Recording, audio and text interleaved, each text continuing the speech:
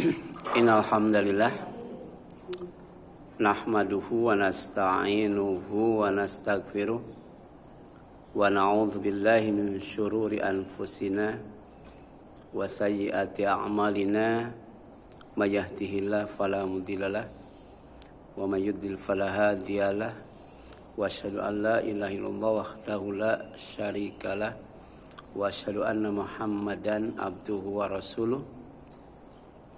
Amma ba'd, faqala Allah Ta'ala fi kitabihil karim, a'udzu billahi minasyaitonir rajim, ya ayyuhalladzina amanu taqullaha haqqa tuqatih wa la tamutunna illa wa antum muslimun. Wa qala Rasulullah sallallahu alaihi wasallam, ittaqillah haitsu ma kunta wa atbi'is sayyi'atal hasanata tamhuha wa khaliqin nas bi khuluqin hasan. Puji dan syukur kita panjatkan kepada Allah Subhanahu wa taala yang masih memberkati umur yang panjang, sejatinya memberi kesempatan kepada kita untuk lebih banyak lagi beribadah ya, dan beramal soleh sebagai ungkapan syukur atas nikmatnya yang diberikan kepada kita.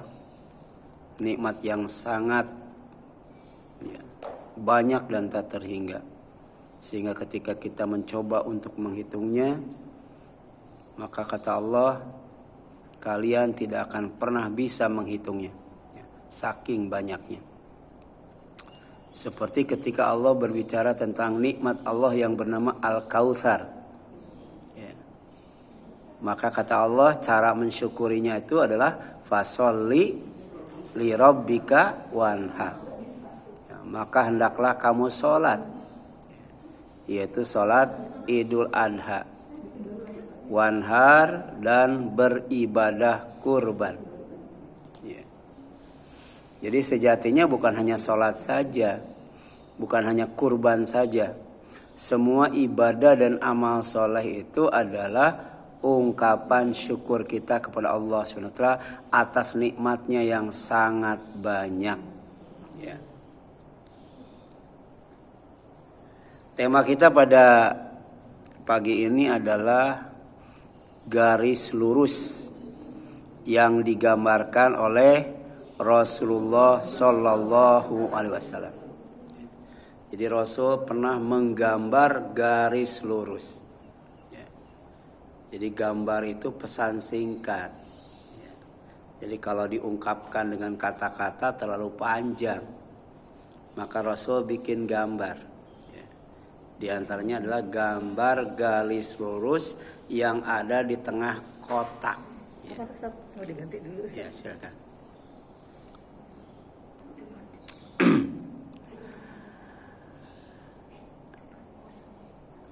Jadi garis lurus yang digambarkan Rasulullah SAW adalah garis-garis lurus yang berada dalam gambar kotak persegi 4. Ya. Tidak disebutkan ya, apakah sama sisi atau persegi panjang. Ya. Yang jelas ya, gambar garis lurusnya itu ada di tengah-tengah gambar persegi 4 ya. Dan ini dijelaskan oleh sahabat yang mulia yang bernama Abdullah radhiyallahu anhu. Dia berkata khatta, jadi telah membuat garis. Siapa? Nabi sallallahu alaihi wasallam. Khattan ya, murabbi'an ya, yaitu gambar garis persegi 4 ya. Kemudian wa khatta khattan ya, fil wasti kharijan minhu ya. Jadi setelah menggambar garis persegi 4, Rasul kemudian bikin garis di tengah-tengah gambar kotak persegi 4 itu yang keluar garis ya. Jadi garis yang keluar garis ya. Kemudian yang selanjutnya, ya,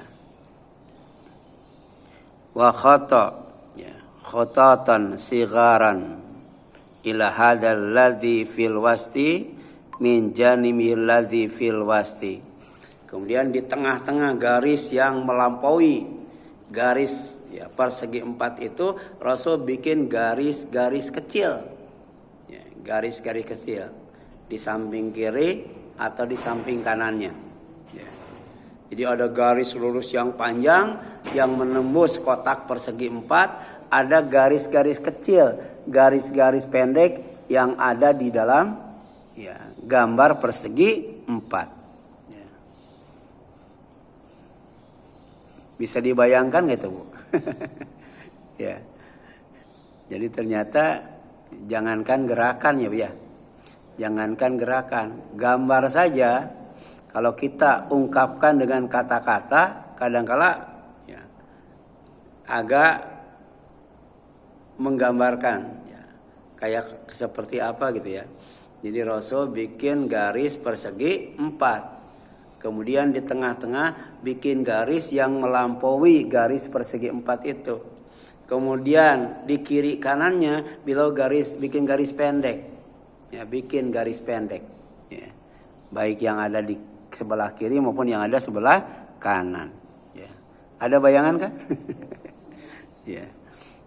Nah, kemudian waqala, beliau bersabda, hadzal insan. Inilah manusia. Jadi manusia itu adanya di dalam kotak. Dalam kotak.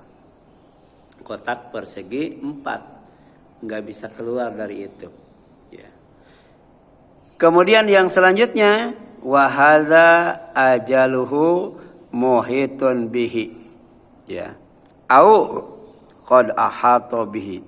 Dan kotak persegi 4 ini adalah ajal yang mengelilinginya. Jadi manusia itu ada di dalam kotak persegi 4. Dan kotak persegi 4 itu namanya ajal. Ajal itu salah satu faktor yang menyebabkan kematian. Jadi ada 2 hal, ya, yang menyebabkan manusia itu mati. Yang pertama, sudah sempurna ajalnya. Rasul menggambarkannya dengan sebuah gambar kotak persegi 4. Ya. Manusia nggak bisa keluar dari itu. Yang kedua, sudah diberikan semua rezekinya. Ya. Jadi jangan takut yang namanya rezeki. Ya. Sama dengan yang namanya ajal. Keduanya sudah ditetapkan oleh Allah. Cuman keduanya pula dirahasiakan oleh Allah. Kita tidak tahu ajal kita itu sampai kapan. Kemudian rezeki kita itu berapa banyak. Ya. Ada yang banyak banget, ya. Ada yang banyak, ada yang sedikit, ada yang sedikit banget. Ada itu. Ya. Itu masalah rezeki. Tapi sebenarnya cukup kalau kita pintar mengaturnya. Ya. Ya, sebab banyak orang yang rezekinya banyak tetap aja korupsi, ya. Tetap aja mencuri, tetap aja menipu, ya. Berarti tidak cukup, ya. Ya, tapi ada yang sedikit, tapi kemudian dia hidupnya bersih, tidak pernah menipu, tidak pernah mencuri, tidak pernah korupsi, ya. Makanya kita berdoa kepada Allah tuh, ya, dengan doa yang diajarkan oleh Rasul kepada menantunya Ali bin Abi Thalib. Allahumma kfini bihalalika an haramika wa aghnini bifadlika aman siwaka. Ya.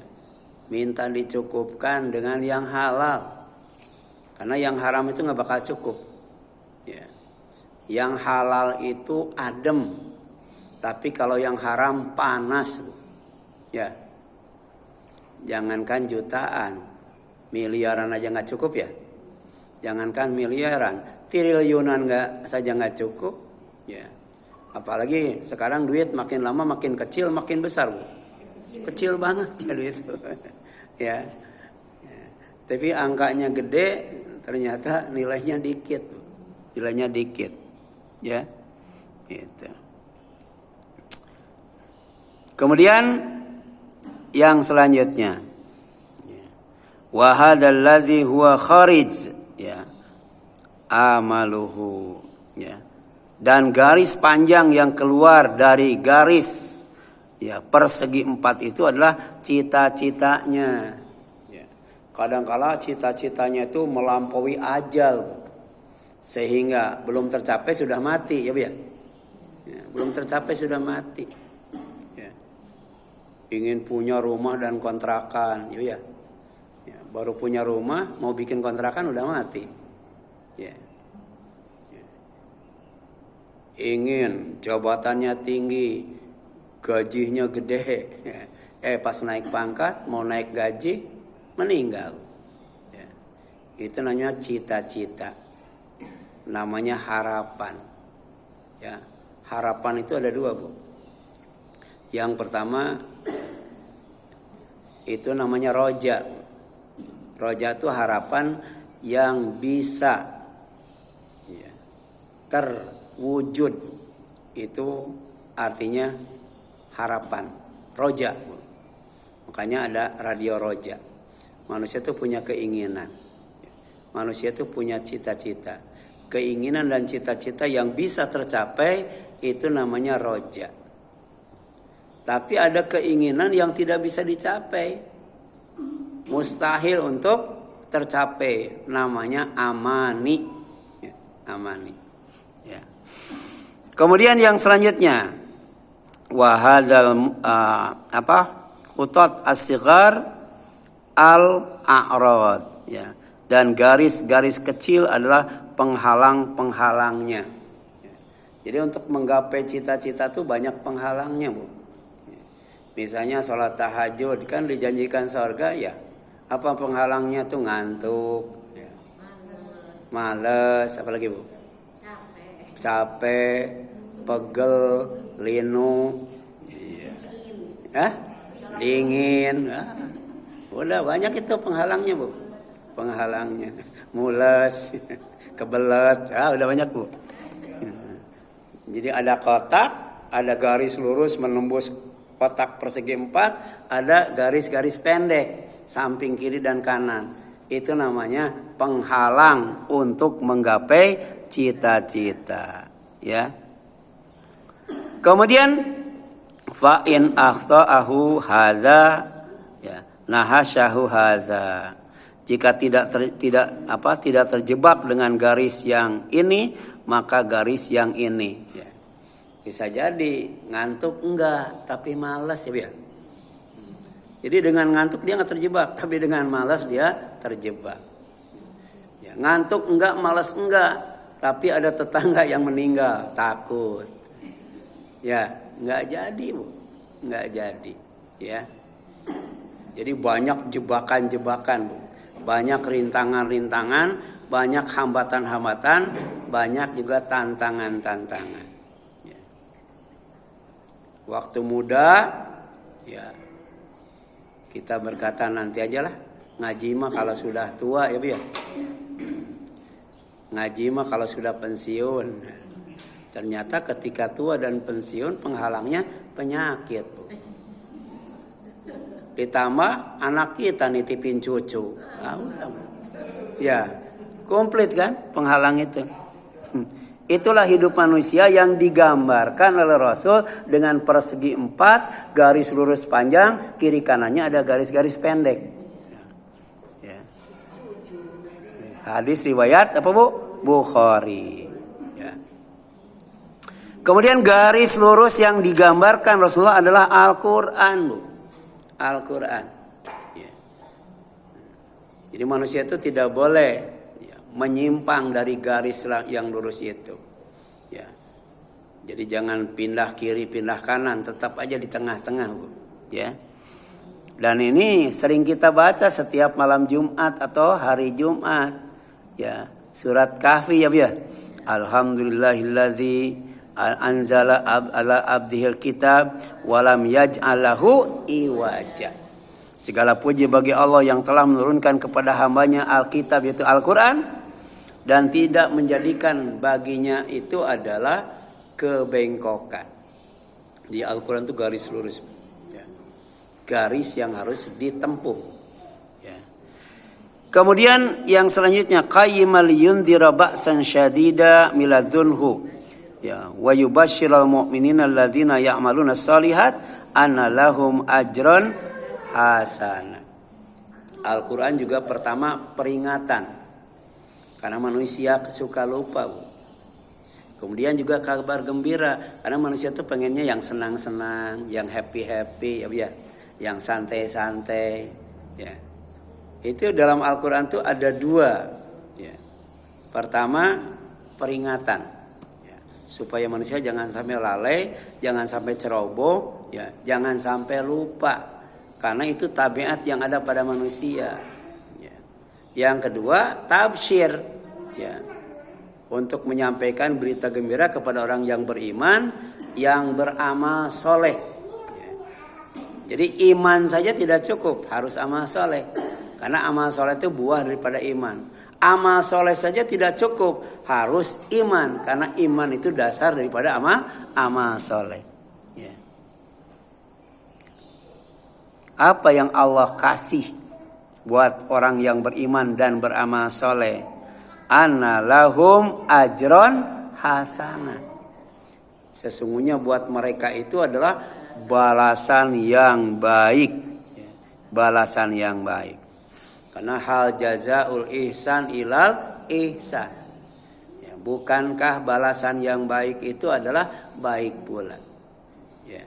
Wa an laisa lil insani illa ma sa'a. Dan manusia itu tidak akan mendapatkan apa-apa kecuali dari usaha yang dilakukannya. Karena Allah tuh adil. Allah tuh nggak zalim. Ya. Allah tuh baik, kalau membalas tidak sedikit. Pasti membalasnya itu banyak. Bahkan bukan hanya bikin cukup tapi juga bikin puas. Kemudian garis lurus yang digambarkan oleh Rasulullah SAW adalah jalan lurus yang harus ditempuh sebagai hidayah Allah. Jadi Al-Quran itu adalah hidayah Allah. Hudalinas, petunjuk buat manusia. Ya, buat manusia. Di dalamnya ada bayinat, ada penjelasan. Bagaimana caranya menempuh petunjuk itu. Bahkan wal furqan, di dalamnya ada pembeda. Dijelaskan antara syirik dan tauhid, iman dan kufur, Islam dan fasik, hak dan batil, ya. Kemudian rasyid dan ghay, ya. Dijelaskan, ya, haram dan halal. Sehingga manusia tidak bingung, ya. Tidak ragu, karena Al-Qur'an itu, ya, la raiba fihi hudalil muttaqin. Bagi orang yang bertakwa, Al-Qur'an itu adalah petunjuk, yang di dalamnya tidak ada keraguan. Jadi benar-benar kebenarannya itu kebenaran yang meyakinkan. Dan oleh karena itu, ya, untuk mendapatkan garis yang lurus itu, ya, yang harus kita tempuh, kita minimal sehari 17 kali minta kepada Allah. Ihdinas siratal mustaqim. Ya Allah, tunjukkan kami ke jalan yang lurus. Jalan yang Allah janjikan kenikmatan. Bahkan orang yang setelah kita tuh sudah mendapatkan kenikmatan itu, ya, kita harus mengikutinya tuh. Siratal ladzina an'amta alaihim ghairil maghdubi alaihim waladhdallin. Bukan jalan yang dimurkai atau jalan yang sesat. Jadi sama-sama agama dari Allah. Yang satu masih murni, ya, masih asli. Yang dua sudah tidak murni dan tidak asli lagi. Yang pertama Islam, yang kedua Yahudi, yang ketiga Nasrani. Ya. Makanya di dalam Al-Quran Yahudi dan Nasrani itu bukan agama. Orang yang beriman, orang Yahudi, orang Nasrani, orang Sobian, penyembah bintang, asal iman kepada Allah dan hari akhir, fala khaufun alaihim walahum yahzanun. Mau orang yang beriman, mau orang Yahudi, mau orang Nasrani, mau penyembah bintang, penyembah api, penyembah berhala dan sebagainya, asal dia beriman kepada Allah dan akhir, pasti dia tidak akan sedih dan tidak akan takut. aman dan bahagia hidupnya dunia dan akhirat. Artinya apa? Artinya Sabi'in itu bukan agama. Agama ya, yang asli dan murni dari Allah. Demikian pula dengan Yahudi dan Nasrani. Agama yang suci, ya, agama yang asli, agama yang murni adalah agama Islam. Disebut fitrah. Fitrah itu suci. Ya. Suci dari kesyirikan, suci dari kebid'ahan, suci dari khurafat, tahayul dan sebagainya. Makanya kullu mauludin yuladu alal fitrah. Setiap bayi yang dilahirkan dalam keadaan fitrah. Maksudnya dalam keadaan Islam. Walaupun orang tuanya non-Islam, anaknya tetap Islam.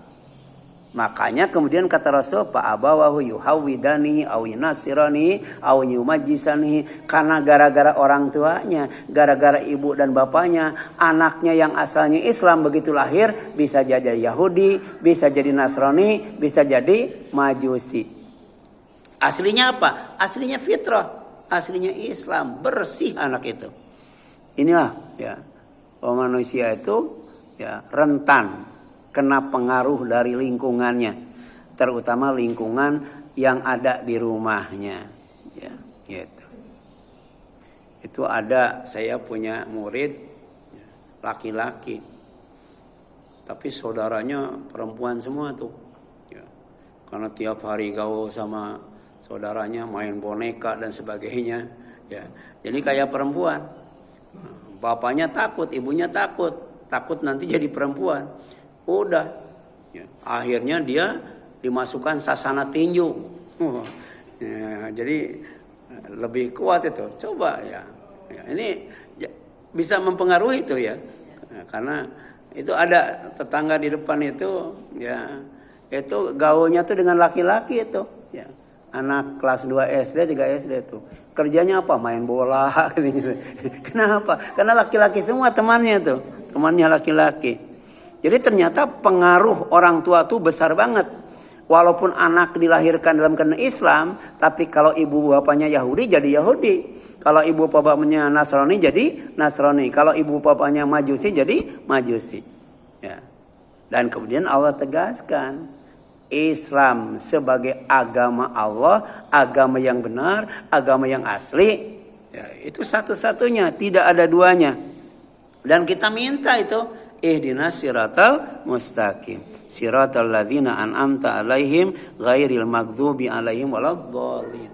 Minimal 17 kali. Kalau ditambah rawatib 29 kali, ditambah tahajud 40 kali kita membaca ihdinas siratal mustaqim. Sebab hidayah itu bisa masuk, bisa keluar. Bagaimana supaya hidayah itu tetap di dalam? Ya, jaga dengan doa, jaga dengan ibadah, jaga dengan amal soleh. Karena yang namanya iman yang akan mengundang hidayah Allah tuh yazidu bi ta'ah wa yanqusu bil maksiat. Akan bertambah dengan taat dan akan berkurang dengan maksiat. Ya. Kemudian garis lurus yang digambarkan Rasulullah adalah perintah berdiri tegak di jalan yang lurus. Ya. Digambarkan lewat sholat. Sholat itu pertama tumakninah, harus tenang. Yang kedua i'tidal, harus tegak. Ya, hidup itu begitu. Hidup itu nggak boleh gerasa gerusuk, nggak boleh tergesa-gesa. Harus sabar, tenang, tawakal, ridho. Tapi dalam waktu yang sama harus tegak, harus tegas. Ya, nggak boleh plan, nggak boleh mencela. Bahasa apa tuh mencela itu? Ya, mencela. Berarti tidak istiqomah, Bu. Ya, tidak istiqomah. Coba lihat tuh. Allah bertanya lewat surat Al-Mulk tuh. Afaman yamshi muqiban ala wajhihi ahda amma yamshi sawiyan ala siratim mustaqim. Ada orang yang berjalan dengan mukanya untuk mencari kebenaran. Padahal di depannya sudah ada jalan yang benar, jalan yang lurus. Ya. Sama dengan orang yang cari api. Padahal dia sedang apa? Sedang pegang apa, Bu? Ya. Pada pegang opor, cari api kan begitu seperti itu. Ya. Agama yang benar, agama yang lurus sudah ada, tapi cari agama yang lain. Ya. Ya. Ada Ya, kalau di agama lain kan ada gereja Jawa, gereja Batak, gereja Sunda. Untung di kita nggak ada Islam Jawa, Islam Sunda, Islam Batak. Tapi ternyata ada yang berusaha untuk menjadikan Islam Nusantara. Nah, hati-hati Bu. Ya. Padahal tidak ada Islam Nusantara. Ya. Karena Islam itu rahmatan lil alamin. Ya. Rahmat untuk segenap alam, bukan untuk Indonesia saja. Jadi tidak boleh dipersempit jadi rahmatan lil Indonesia. Padahal rahmatan lil alamin. Ya. Ini digambarkan oleh Allah dengan kalimat yang indah. Afamay yamshi mukiban ala wajhihi ahda amma yamshi sawiyan ala siratim mustaqim. Apakah orang yang merangkak dengan wajah tertelungkup yang lebih terpimpin dalam kebenaran, ataukah orang yang berjalan tegak di atas jalan yang lurus? Jadi Islam itu agama yang benar. Islam itu agama yang mudah. Islam itu agama yang praktis. Nikah saja sebentar ya. Nikah itu kan ijab kabul sebentar atau lama? Sebentar. Yang lama itu apa? Tradisinya. Ya. Ya, buka pintu. Apalagi Bu? Ketok pintu, jedot pintu. Banyak itu Bu. Ya. Belum ada injak telur, injak apa lagi Bu? Ya, banyak ya. Saya pernah itu di mana itu Bu? Yang tempat Jakarta Fair itu ya. Ya, saya ditugaskan untuk mengisi khutbah nikah Bu. Itu nunggu acara adatnya itu dari mulai jam 2 sampai menjelang adzan asar Bu. Jadi 5 menit mau adzan asar baru saya dipersilakan khutbah nikah. Baru innal hamdalillah Allahu akbar ya. Ya udah saya singkat jadi 5 menit. Saya kira udah selesai, ternyata dilangsungkan sampai mau maghrib Bu. Jadi makin lama adatnya makin mahal makin murah Bu. Makin mahal Bu. Biasanya kalau orang kaya ngadain ya acara akad nikah ya, makin kaya itu biasanya acara adatnya makin panjang Bu. Padahal dalam Islam 5 menit selesai ya, tapi bisa berjam-jam Bu. Ya. Ya. Banyak Bu di acara nikah tuh banyak itu acara adatnya. Ya. Saya nggak ikut sampai selesai Bu. Soalnya ternyata begitu selesai khutbah nikah, saya sholat asar. Habis sholat asar ternyata masih aja terus. Ya sampai jam 5 masih. Ya, sedangkan saya kan dari rumah belum makan Bu. Kemudian sama saudaranya saya diajak ke ruang makan. Ternyata belum ada yang mateng Bu. Yang ada cuma timun sama kerupuk. Udah aja makan timun sama kerupuk, terus izin pulang Bu. Izin pulang. Soalnya kalau nunggu sampai akad nikah kapan mulainya Bu? Ya.